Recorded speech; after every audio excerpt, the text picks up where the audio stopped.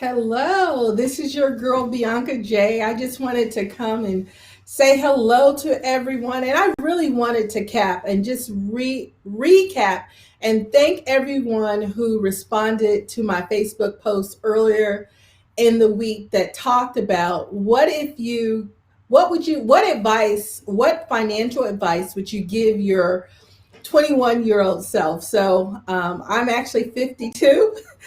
And it was interesting. A lot of people commented and gave some really good advice, but I wanted to kind of summarize what a lot of people thought about. So, a lot of people said they would save money, they would invest, they would start a business, and no credit cards.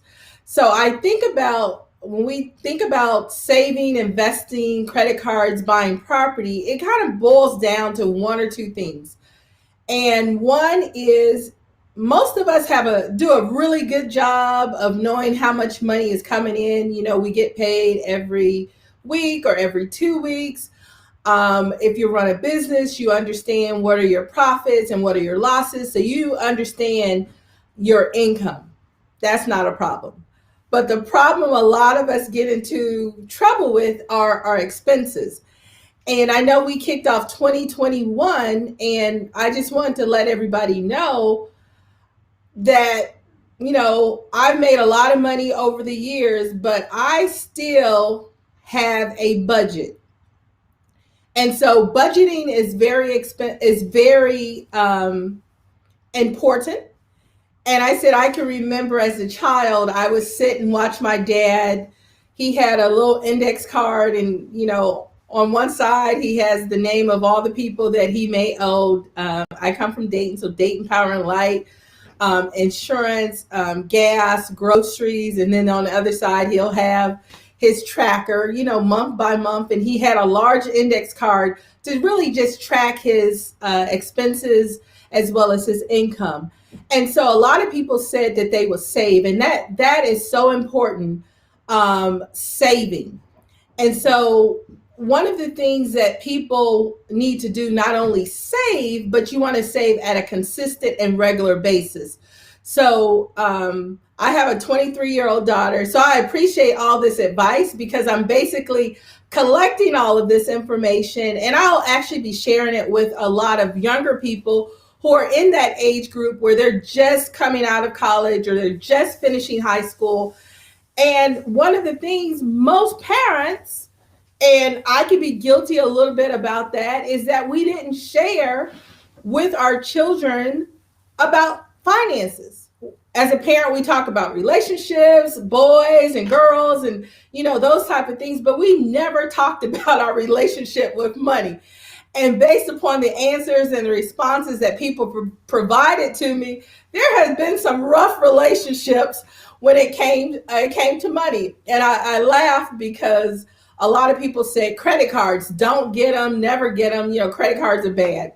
So I believe cash is king. If you have it, great, spend it. But I also have a good relationship with credit. So you have to be responsible about getting a credit card. There are some things, knowing what your limit is and just being responsible. And a lot of times when you're younger, I said my daughter just got her first credit card last year because she was actually going on a trip, and they wouldn't take a debit card as she was planning, wouldn't take a debit card for renting a car because she's under 25. They didn't take a debit card for reserving her hotel room. But I laugh because I have a friend who let me tell you a story. So he had a relationship with the credit card. So he was young, about 23, 24, first job, went to Underground Atlanta, worked there, and there was a cookie store in Underground Atlanta. And so he had gotten his first credit card and, started charging, getting cookies like every day or something like that. And, at the end of a couple months, had racked up $3,000. Well, no, $300 in credit card charges buying cookies, and then he had gained about 10 or 15 pounds. So we have to learn to have a good relationship with credit. The other thing a lot of people talked about is investing. And as I said, as parents and people who are a little bit older, sometimes my daughter came to me and said, Mom, you really haven't talked to me about investing. I know you guys invest, but you really haven't shared that information. So I share with her some good books that I've used. I love Dave Ramsey, a lot of his books, Financial Peace. I've gone through the workshops. And there are quite a few other women, even Black females, I don't have the names right now, who have written some really good books, like Sister, Get Your Money Straight.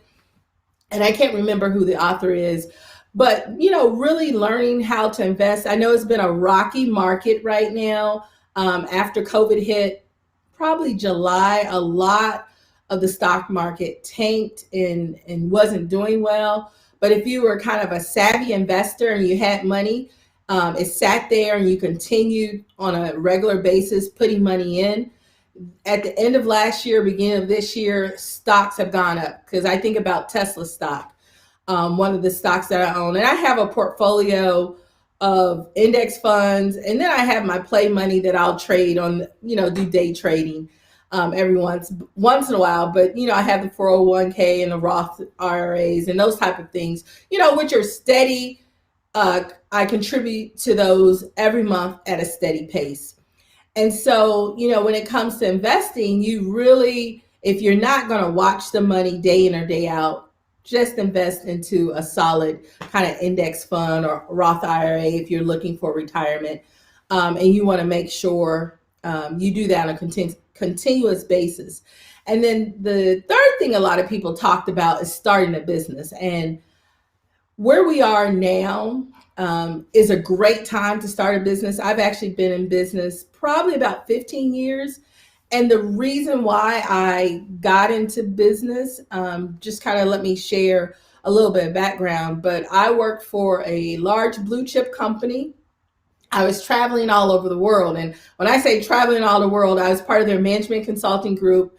And I traveled all over the United States because we had clients. I actually did international travel, where I spent some time, about 3 months overseas with some clients in Belgium, also in Paris, France. And so I had been with them about 3 years. I had been married about 3 years, and then the baby comes. I was pregnant. And so it was so funny because one of my colleagues, Roger Lamb, I can remember, he was like, Bianca, it's time for you to stop traveling. And I had been traveling up until probably 3 weeks before my oldest daughter came. And so I took a year sabbatical off because they allowed that, and they don't do that now. But I took a year off to be a mom. And when I was coming back, they were like, Bianca, you're about to go to Washington, D.C. So I really had a hard choice to make. Was I going to have work or be a mom? Work over family. So I made, to me, it was an easy decision. I chose family. And so ever since then, I started off as a contractor and then started working and having my own business. But I said, this is a great time to start a business.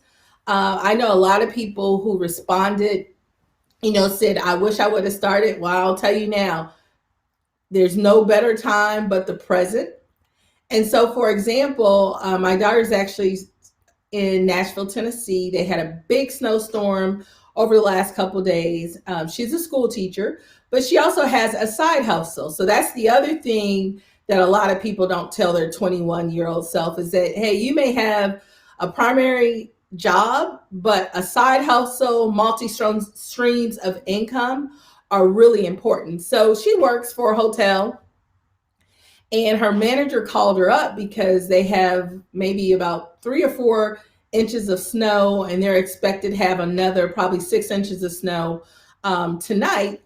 And so she has to go to work tomorrow, and they said, hey, we'll have a 4x4 pick you up.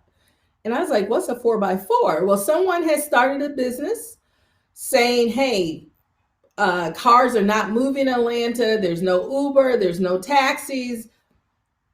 But some people still got to go to work. Some people may have to still pick up groceries or whatever. So they've come up with a business idea of having a 4x4. And I think about, being in COVID, a lot of people were displaced from the workplace. So we have to start to get creative and say at whatever age, whether you're 21, whether you're 51, it's never too late to start a business. So that was one of the ideas that people had. And then what did I say? Oh, budgeting. Really understanding the budget. And I tell everybody every year, twice a year, I actually go through a budget cycle. So we go December, January, and then the middle of the year. So I just recall one of my daughter, Elizabeth, was a small little girl. She went to private school. And in the winters, it gets kind of cold in Atlanta. And so she had tights. She actually wore tights. And every day I was like, Elizabeth, how did you get a hole in your tights? And she was like, I'm just picking them. I'm just picking them. And I'm like, we can't afford to continue to buy you new tights every week because you're messing them up. So what I actually did, and it's hard when you come up with a budget, everybody in the family has to, I go through with everybody in the family, what kind of expenses can we cut? And so for her, I said, sweetheart, if you come home again and you have holes in your tights, you're going to wear socks. Here it is, the middle of January. Somebody say, man, Bianca, you're a mean mom. But it's a lesson that was learned, and she'll never forget it.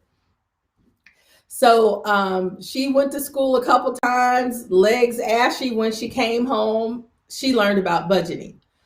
I can remember a story when I was at Howard University. I learned about budgeting very quickly. So my dad used to send me $50 a week for college. So $50 a week was a lot of money for a college student because, housing was paid for. We were on a meal plan. So I had $50 a week. So that's $200 a month. And I love fashion. I love clothing. I love to get my hair and nails done. So I kind of did a splurge. We would go downtown. I can't think, it was like a Macy's. I can't think of the name of the department store, but I just enjoyed myself a little bit too much one month. And I had spent the whole $50 like within a couple days. And I was calling my dad because I was like, oh, it's time to go to parties over the weekend. I need some money. So I called my dad and he's like, you've spent $50 in less than a week? And I was like, yes. And so he's like, write down everything that you spent your money on.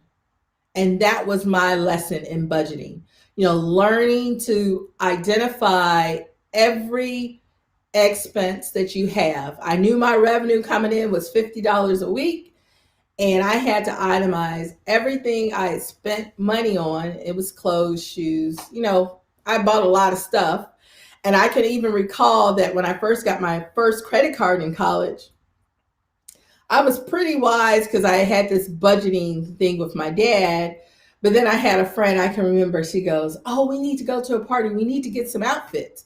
And she said, we. And I was like, no, my dad said, my credit card isn't for that. It's for, if you have emergency, that's what you should use the card from. But, I was kind of influenced by peer pressure. And we went out. I bought something for me. I bought an outfit for her. And then at the end of the month, you get a bill. So I was like, Dad, I had this bill on a credit card. And he was like, I share with you, you were using cash. And what you should do, now you have a credit card, but it's in your name, so you're responsible for it. So I can see how a lot of people say, don't get into credit card debt. So that was my lesson in credit card debt, and vowed not to get in it again. But I do use credit, but I'm very wise at this age and throughout that lesson to use credit card wisely.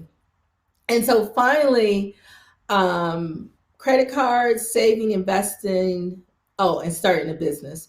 So those are the things that people talked about. I just want to thank everybody because now I have a very good list to share, not only with my daughter, but with a lot of her friends.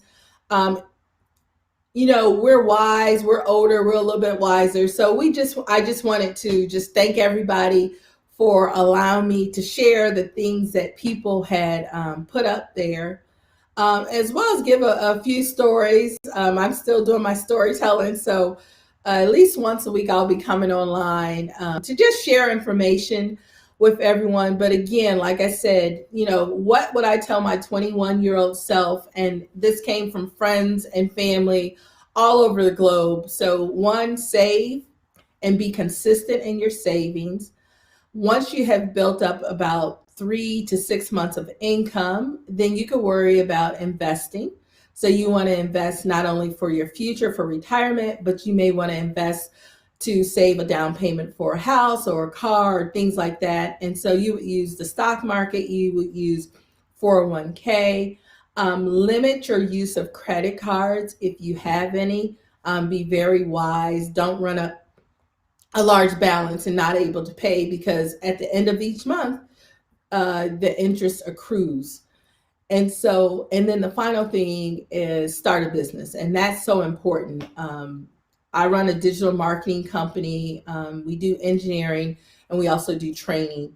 So I would tell anybody, if you're interested in starting a business, please reach out to me, because I'm really good with helping not people develop business plans. I don't do that. I can give you some advice, but my real goal is to help individuals really skyrocket their business by learning how to generate leads and sales through online and digital marketing. So just wanted to say thank you so much for everyone who contributed. And again, the top 4 things about what would you tell your younger self at 21: save, invest, limit credit cards, and start a business. And the other thing a lot of people talked about, and it's so funny, is student loans. Do not get into student loan debt. So like I said, I have a 23-year-old who just graduated. She has about $10,000 worth of loans, which is nothing, because I'm one of those parents that said you have to help pay. So her dad and I paid for most of the school, along with scholarships over the years. So to come out of school 4 years only owing less than $15,000 is not bad. And so she's working now. She has saved up, but everybody's waiting for Uncle Joe to help pay down those loans. Or mommy, I talked to her the other day, and she's like, Joe Biden said he's going to cancel so much of student loans. Okay, Elizabeth, keep waiting, but have your money. Right now, they have another hold on student loans, so there's no interest up until August. And so she's in a 2-year cohort with Teach for America. So they do 2 years without interest. So I said at the end of those 2 years, if Uncle Joe Biden does not push to have student loans canceled, or $10,000 or $20,000, whatever it is, be able to pay your loan and then start off fresh. So that's the other thing, is do as much as you can if you have children, not to get into student loan debt, because that burden, I remember when I was having my baby, my OBGYN, she says, Bianca, I owe over $250,000 worth of credit card debt. And I was like, wow. And she's like, I don't know how and if I'm ever to pay it back, but she wanted to become a doctor. Her parents weren't able to do it. And she said, it's like, student loan people call me regularly. This is like drawing blood from a turnip. It's not going to happen. So that's all that I have. Again, thanks everyone. And I'll talk to you on my next chat. Have a good one. Bye-bye.